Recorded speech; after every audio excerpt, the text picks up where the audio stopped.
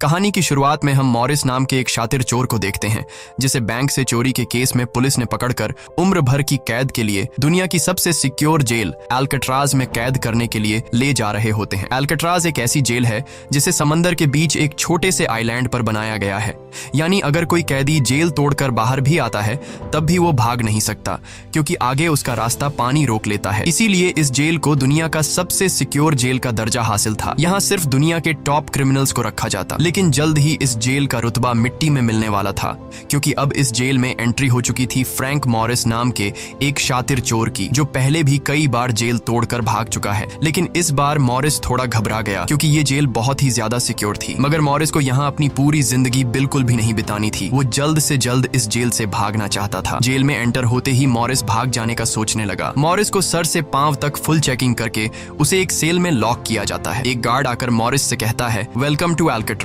और यहाँ से होती है असली कहानी शुरू। तभी अचानक एक बेल बजती है और सभी सेल के गेट्स ऑटोमेटिकली खुल जाते हैं। अफसर कैदियों को बाहर बुलाते हैं। इस जेल का डिसिप्लिन भी बहुत सख्त है। कैदियों को साफ सफाई और अपने टाइम पर सेल में जाने के रूल्स को फॉलो करना होता है। सब एक जैसा यूनिफॉर्म पहनकर लाइन में ब्रेकफास्ट खाने आ जाते हैं। मॉरिस के सामने लिटमस नाम का एक कैदी होता है। मॉरिस पूछता है कि मुझे तो कांटा ही नहीं मिला, अब मैं नूडल्स कैसे खाऊंगा। लिटमस उसे कहता है, अबे ये तेरा घर नहीं है, जो तुझे मिला है उसे चुपचाप खा ले। तभी वुल्फ नाम का एक खतरनाक कैदी मॉरिस को चिढ़ाने लग जाता है। वुल्फ से जेल में हर एक कैदी तंग था। वो यहाँ हर एक कैदी पर अपनी मनमानी चलाता था और उस पर बलात्कार के ढेर सारे केस भी हैं। इस जेल में एक से बढ़कर एक खतरनाक कैदी रखे जाते हैं। यहाँ लिटमस मॉरिस से थोड़ा खाना मांगता है और इस दौरान मॉरिस उसे अपनी प्लेट दे देता है। जब मॉरिस टेबल के नीचे से देखता है तो उसे पता चलता है कि लिटमस खुद खाना नहीं खा रहा बल्कि वो चूहे को दे रहा है। रात को एक गार्ड मॉरिस को वार्डन के पास लेके जाता है। जब मॉरिस वार्डन के ऑफिस में पहुंचता है तो वार्डन मॉरिस से कहता है कि मैं जानता हूं कि तुम बहुत ही शार्प माइंड हो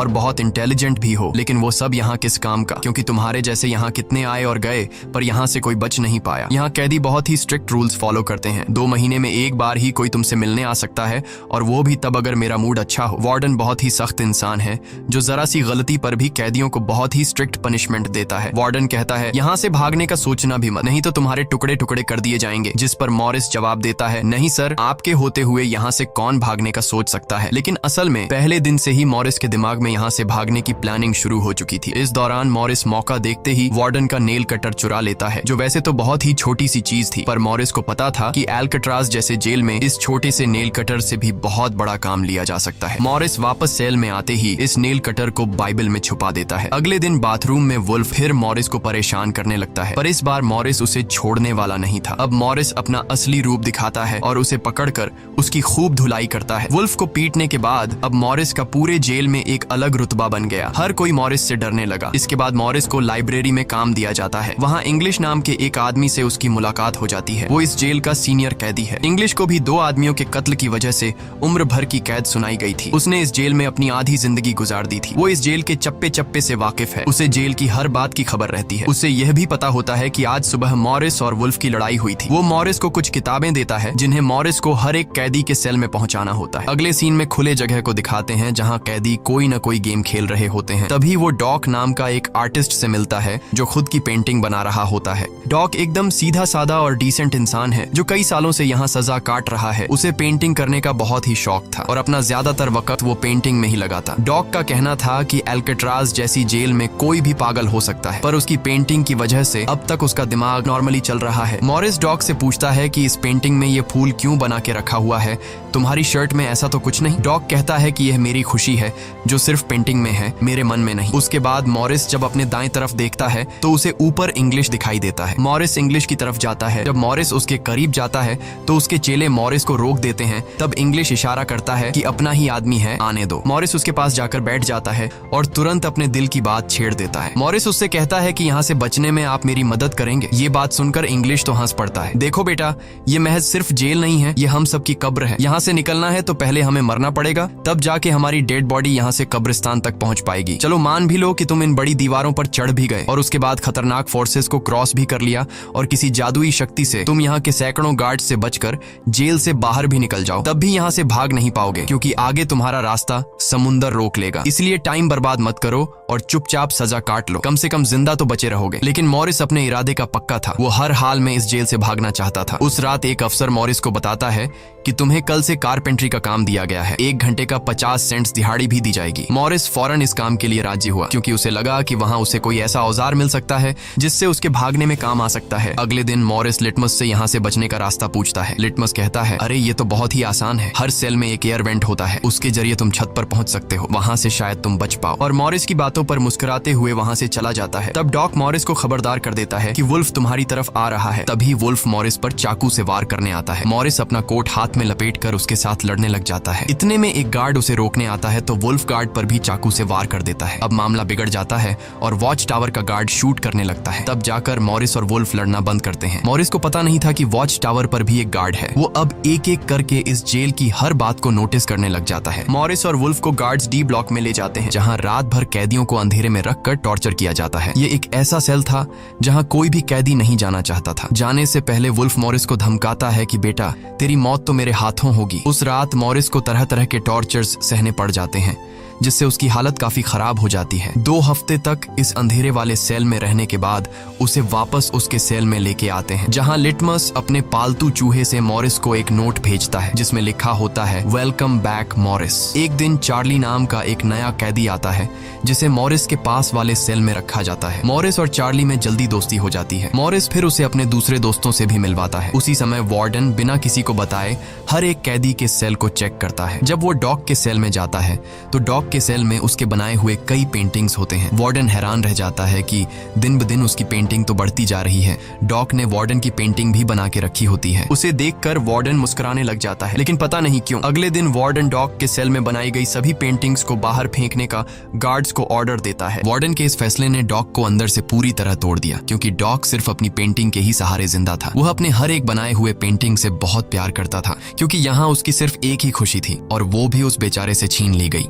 मॉरिस उसे समझाता है कि कोई बात नहीं, वो सिर्फ पेंटिंग ही तो थी, तुम और भी बना सकते हो। लेकिन डॉक इस सदमे से बाहर नहीं आ पा रहा था। अगले दिन उसे देखकर मॉरिस गार्ड से कहता है कि प्लीज डॉक पर नजर रखिए, वो बहुत ही परेशान दिख रहा है, कहीं वो खुद को नुकसान न पहुंचा ले। फिर गार्ड मॉरिस को कहता है, तुम अपने काम से काम रखो। डॉक को भी मॉरिस के साथ कारपेंटर का काम दिया जाता है। तभी डॉक छुपकर मॉरिस की जेब में कुछ रख देता है। उसके बाद वो एक गार्ड को बुलाता है और कारपेंटरी के लिए दी गई कुल्हाड़ी से अपनी 3 उंगलियां काट लेता है और कहता है कि जिन उंगलियों से मैं पेंट नहीं कर सकता उनकी मुझे जरूरत नहीं है। यह कहकर वो चिल्लाने लग जाता है। तब गार्ड उसे पकड़ कर ले जाते हैं। मॉरिस देखता है कि डॉक ने उसके कोट में वही फूल डाल दिया है जिससे उसने अपनी पेंटिंग बनाई थी। शायद वो मॉरिस को बताना चाहता है कि इन लोगों ने मेरी खुशी मुझसे छीन ली। मॉरिस डॉक की कटी हुई उंगलियां उठाकर एक डिब्बे में डालता है और गार्ड को देखकर कहता है कि जाओ अपने वार्डन को दे दो, वो इसे देखकर बहुत खुश होगा। अगले दिन मॉरिस अपने सेल में बैठा होता है। तभी वो देखता है कि एक कॉकरोच एयर वेंट के अंदर जा रहा है, जिससे उसे अंदाजा हो जाता है कि यहाँ से बाहर जाने का कोई रास्ता जरूर होगा। इतने में इंग्लिश आकर बताता है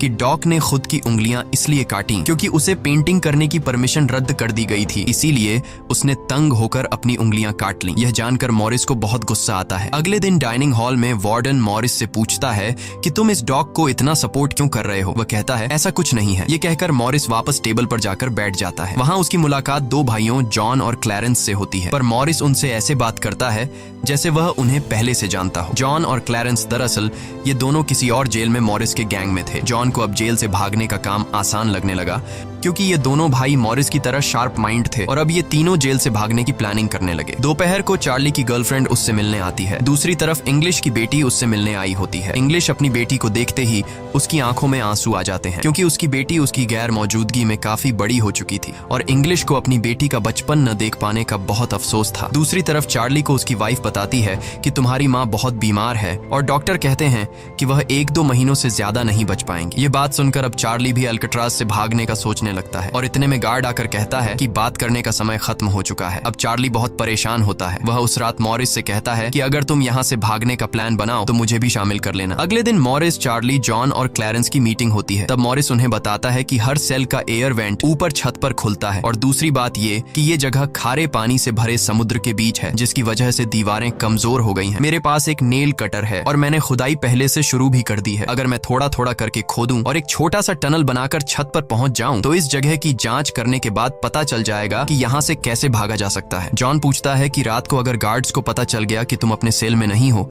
तो उन्हें शक नहीं होगा क्या? तभी क्लैरेंस बताता है कि इस मसले का हल मेरे पास है। वो कहता है कि यहाँ मेरे पहचान का एक बार्बर है जो कैदियों के बाल काटता है। वह हमें बाल सप्लाई कर सकता है और उसे यूज करके हम एक डमी हेड बनाकर उसे बेड पर लिटा देंगे, जिसके बाद अगर हम दीवार की सुरंग से निकलकर ऊपर छत पर भी होंगे तब गार्ड्स को शक नहीं होगा क्योंकि हमारे सेल के बेड पर नकली सिर रखे होंगे। पर बात अभी भी वहीं अटकी हुई थी कि जेल से तो निकल जाएंगे लेकिन समुद्र का पानी कैसे पार करेंगे। मॉरिस जॉन से कहता है, देखो इसमें मुझे तुम्हारी मदद की जरूरत पड़ेगी। तुम तो क्लोजिंग डिपार्टमेंट में काम करते हो, वहाँ तुम्हें उन पुलिस अफसरों के लिए बनाए गए रेनकोट्स मिल जाएंगे, तो तुम कुछ रेनकोट्स चुरा कर मुझे दे देना। हम उससे एक ट्यूब बोट और लाइफ जैकेट बनाकर समुद्र को पार कर सकते हैं। यहाँ चार्ली कहता है, भाई मुझे भी कोई काम दो, मैं भी तुम लोगों की मदद करना चाहता हूँ। मॉरिस चार्ली से कहता है कि जब मैं वेंटिलेशन की जाली खोदूं तो तुम पहरा देना ताकि कोई गार्ड हमें देख न ले, और जब तुम खोदोगे तब मैं पहरा दूंगा। मॉरिस का प्लान सभी को पसंद आता है और उसी रात में काम शुरू कर देते हैं, लेकिन दीवार खोदने के लिए नेल कटर बहुत छोटा था जिसे चलाने में मॉरिस को बहुत जोर लगाना पड़ता और मॉरिस को दीवार खोदने में काफी मुश्किल हो रही थी। उसके हाथ में कहीं छोटे भी आई, लेकिन वो धीरे धीरे उस होल को खोदने लगता है। अगले दिन वो खाने के टेबल पर अपने दोस्तों से कहता है कि मुझे खुदाई के लिए एक बड़े औजार की जरूरत है, नेल कटर से दीवार खुरेदना बहुत मुश्किल हो रहा है। तभी मॉरिस ने अपने हाथ में चम्मच को देखते हुए उसके दिमाग में एक आइडिया आया। वो जानबूझकर चम्मच को अपने जूते पर घिसकर उसे गंदा कर देता है। उसके बाद मॉरिस ने गार्ड को बुलाया और कहा कि ये चम्मच गंदा है, मुझे दूसरा चम्मच दो। बाकी लोगों ने भी गार्ड से उनका चम्मच बदलने की रिक्वेस्ट की। गार्ड को इसमें कोई गड़बड़ नहीं लगी और उसने फौरन चम्मच बदलने की इजाजत दे दी, जिसके बाद वह सीधा टेबल की तरफ बढ़ता है जहां एक और सिक्योरिटी गार्ड सीट पर बैठा होता है। पर जैसे ही वह टेबल पर रखे हुए चम्मच बदलने लगता है तो जॉन ने वहां मौजूद गार्ड को बातों में उलझा लिया, जिसका फायदा उठाते हुए मॉरिस ने एक के बजाय 2 चम्मच उठा लिए और एक को जेब में छुपाकर रख दिया, जिसके बाद वह सीधा अपने सेल में चला जाता है। रात को इंग्लिश उसे बुक देने आता है तो मॉरिस पूछता है कि क्या यहाँ पर वेल्डिंग करने वाला कोई इक्विपमेंट मिलेगा। इंग्लिश समझ जाता है कि मॉरिस के सिर पर अब भी जेल से भाग निकलने का भूत सवार है। वह कहता है कि मैं तुम्हें पहले भी बता चुका हूँ कि तुम्हारी कोशिश बेकार हो जाएगी क्योंकि तुम पकड़े जाओगे और शायद अपनी जान भी गंवा दोगे। इतने सालों में मुझे कभी भागने का ख्याल नहीं आया क्योंकि मैं जानता हूँ ये इम्पॉसिबल है, लेकिन तुम जिद्दी हो तो मैं क्या कर सकता हूँ, करो कोशिश। लेकिन मॉरिस को उसकी वार्निंग का कोई फर्क नहीं पड़ता। वह अगले दिन लिटमस से माचिस मांगता है और कहता है कि अगर आप मेरी मदद करेंगे तो मैं आपके चूहे को अपने हिस्से का खाना हर रोज दूंगा। लिटमस खुश होकर ये डील मान जाता है क्योंकि लिटमस को चूहा बहुत पसंद था। उसी रात लिटमस मॉरिस को अपने माचिस पास कराता है। मॉरिस नेल कटर के एक हैंडल को निकालता है जिससे वह एक छोटा सा बेलचा बनाने जा रहा होता है। फिर वह चम्मच को तोड़कर नेल कटर की हैंडल से जोड़ लेता है। फिर माचिस चलाकर दोनों को अच्छी तरह से वेल्ड करके एक नुकीला औजार तैयार कर लेता है। बस फिर क्या था, वो वेंट के चारों ओर खुदाई शुरू करता है। चार्ली पहरा देता है। अगर कोई गार्ड उस तरफ आया तो वह तुरंत सीटी मारकर मॉरिस को सिग्नल देगा, पर पहरा देते देते चार्ली की आंख लग जाती है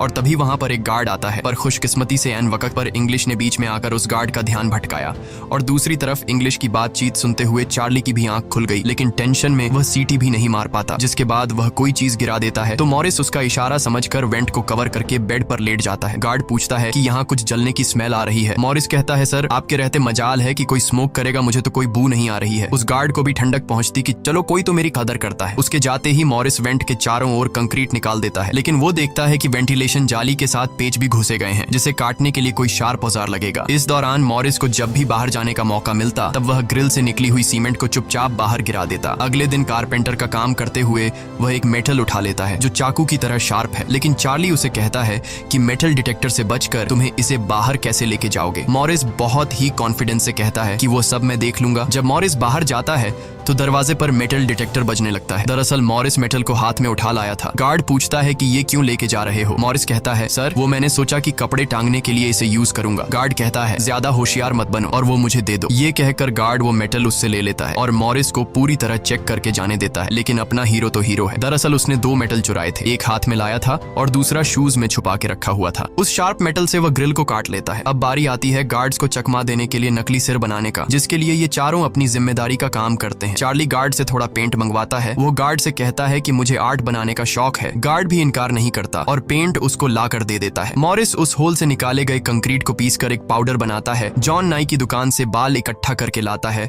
और क्लैरेंस लाइब्रेरी से पुरानी किताबें इकट्ठा कर लेता है। सारा सामान इकट्ठा होने के बाद मॉरिस पानी और पुराने मैगजीन का इस्तेमाल करके एक डमी सिर बनाने लगता है, जिसके ऊपर पेंट और नकली बाल लगाकर बिल्कुल रियल दिखने वाला एक नकली सिर तैयार कर लेता है। साथ ही साथ मॉरिस ने अपने प्लान को और मजबूत करने के लिए नकली कार्डबोर्ड बनाए जिससे कोई शक नहीं कर पाएगा कि सामने की दीवार में किसी ने सुरंग बनाई है। एक रात मॉरिस ने अकेले ही ऊपर जाने का फैसला किया, जिसके लिए उसने अपनी बनाई गई नकली खोपड़ी को बेड पर रखा और उसे गर्दन तक कंबल से ढक लिया। जिसके बाद वह नकली कार्डबोर्ड लेकर सुरंग से बाहर निकल आता है। वहां मॉरिस पाइप्स को पकड़कर धीरे धीरे ऊपर छत पर चढ़ जाता है। दूसरी तरफ चार्ली बाहर पहरा दे रहा होता है। छत पर पहुंचने के बाद मॉरिस देखता है कि वहां ऊपर एक लोहे का ग्रिल है जिस तक वह कूद कर भी नहीं पहुंच पाता। इसी बीच एक गार्ड आता है और चार्ली से पूछता है कि इतनी देर रात तक तुम पेंट क्यों कर रहे हो और तुम्हारा दोस्त मॉरिस आज इतनी जल्दी क्यों सो गया। चार्ली कहता है कि जी सर, आज मॉरिस कारपेंट्री का काम करते हुए थक गया था, इसलिए वह जल्दी सो गया। तभी अचानक गार्ड के हाथ से उसकी लाठी नीचे गिर जाती है। उसे उठाते हुए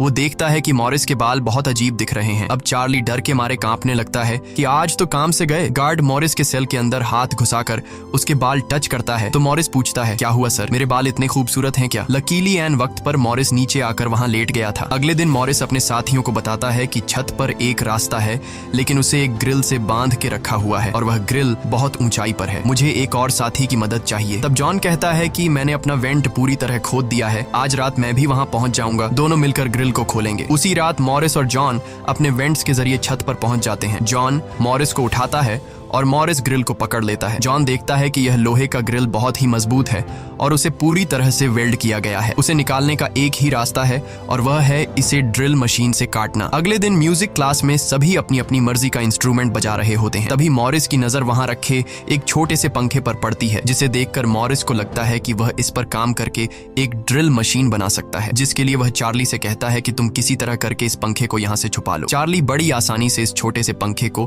अपने इंस्ट्रूमेंट बॉक्स में छुपाकर रख देता है। जब चार्ली बाहर आता है तो गार्ड्स उसके इंस्ट्रूमेंट बॉक्स को चेक भी करते हैं, लेकिन उन्हें पंखा नहीं नजर आता और चार्ली को जाने दिया जाता है। वह पंखा जैसे ही मॉरिस के हाथ लगता है तो मॉरिस उस पर काम करना शुरू कर देता है और कई घंटों बाद मॉरिस उस पंखे से एक ड्रिल मशीन तैयार कर लेता है। उस रात मॉरिस और चार्ली छत पर चढ़कर उस लोहे की रोड को ड्रिल मशीन से काटने लग जाते हैं। ड्रिल मशीन की आवाज काफी तेज थी, जो कि ड्रिल की आवाज को सुनकर गार्ड्स ऊपर आने लगते हैं, लेकिन तब तक मॉरिस ग्रिल का एक रोड काट देता है और ड्रिलिंग की आवाज बंद हो जाती है। ड्रिल की आवाज बंद होने के बाद गार्ड उसे नजरअंदाज करके वापस चला जाता है। अब इन चारों ने भागने के लिए अपने सभी रास्ते खोल दिए थे, जिसके बाद वह मंगलवार की रात को दुनिया की सबसे सिक्योर जेल अल्काट्राज से भागने वाले थे, जिससे आज तक कोई भी नहीं भाग पाया था। अगले दिन फिर उनकी मीटिंग होती है और वह भी मूवी हॉल में, जहां सब मूवी देख रहे होते हैं। मूवी की आवाज के बीच मॉरिस जॉन और क्लैरेंस से पूछता है कि क्या तुम्हारा वेंट तैयार हुआ है और उन रेनकोट्स का क्या हुआ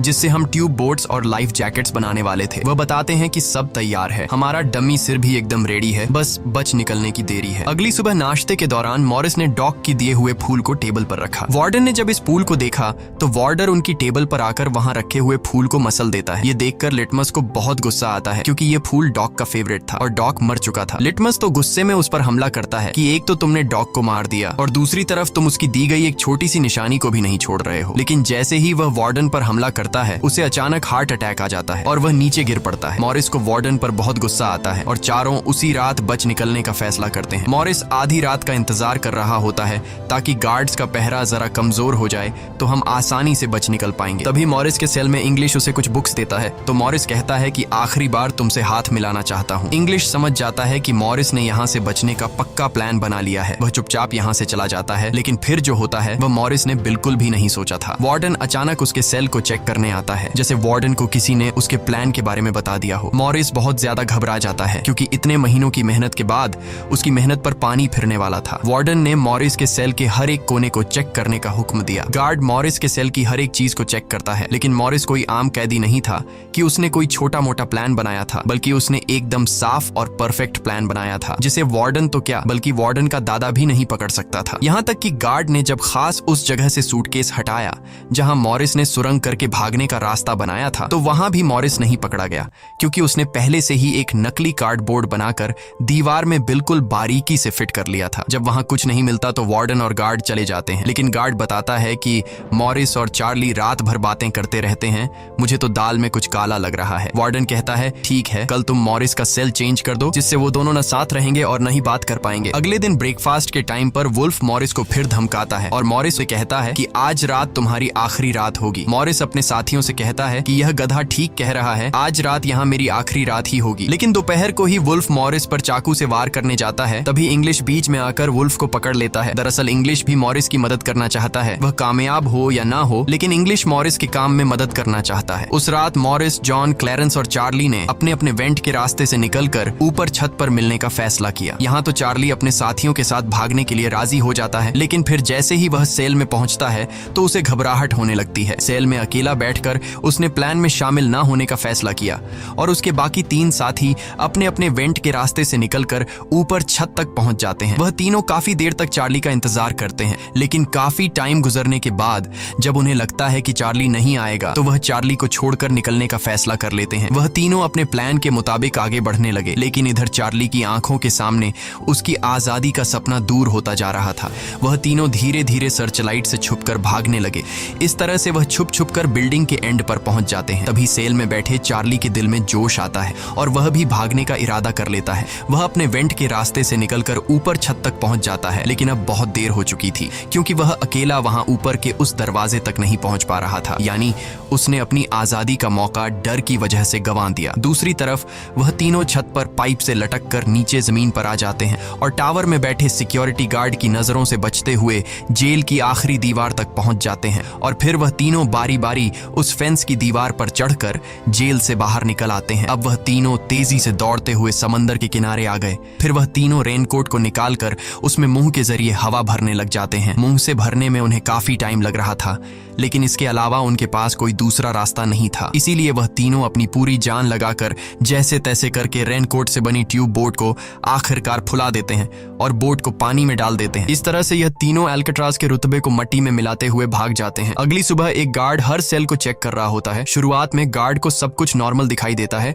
लेकिन जब वो चार्ली के पास पहुंचते हैं तो चार्ली अपने सेल में भूत की तरह खड़ा होता है और दिल ही दिल में खुद को ताने दे रहा होता है कि काश कल रात को थोड़ा सा हिम्मत जुटा लेता तो शायद बाकी लोगों के साथ बच निकल जाता। गार्ड पूछता है कि तुम्हारा दोस्त यह इतनी देर तक क्यों सो रहा है। यह कहकर वो मॉरिस के सेल में जाकर उसे आवाज देता है, लेकिन मॉरिस की तरफ से कोई जवाब नहीं मिलता तो गार्ड को गुस्सा आता है और वो सेल खोलकर उसे बालों से पकड़कर उठाने की कोशिश करता है। लेकिन जब गार्ड उसे जोर से ऊपर की तरफ खींचता है तो सिर नीचे गिर जाता है। यह देखकर गार्ड के पैरों तले जमीन ही खिसक गई, क्योंकि मॉरिस अब सेल में नहीं बल्कि बाहरी दुनिया के मजे ले रहा है। बेड पर तो उसने अपना डमी हेड छोड़ दिया था, जिसके बाद पूरे अल्काट्राज में सायरन बजने लग जाते हैं। पूरे जेल में यह बात फैल गई कि जेल से कुछ कैदी भाग चुके हैं, जिसके बाद वार्डन जेल के चप्पे चप्पे में उन तीनों को ढूंढने लगता है।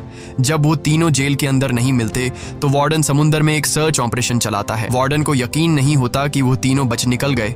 उसे लगता है कि जरूर तीनों पानी में मरे होंगे, पर अंदर ही अंदर वार्डन जानता था कि वो तीनों बहुत ही स्ट्रांग थे। उन तीनों ने समुद्र के पानी को पार करके अब आजादी का सांस ले रहे होंगे। वार्डन से हेडक्वार्टर के अफसर सवाल पे सवाल उठा रहे होते हैं, तुम क्या सो रहे थे जब वो तीनों बच निकले। वार्डन बहुत ही टेंशन में होता है, लेकिन तभी वहां पर वार्डन को डॉग का वही फेवरेट फूल मिलता है।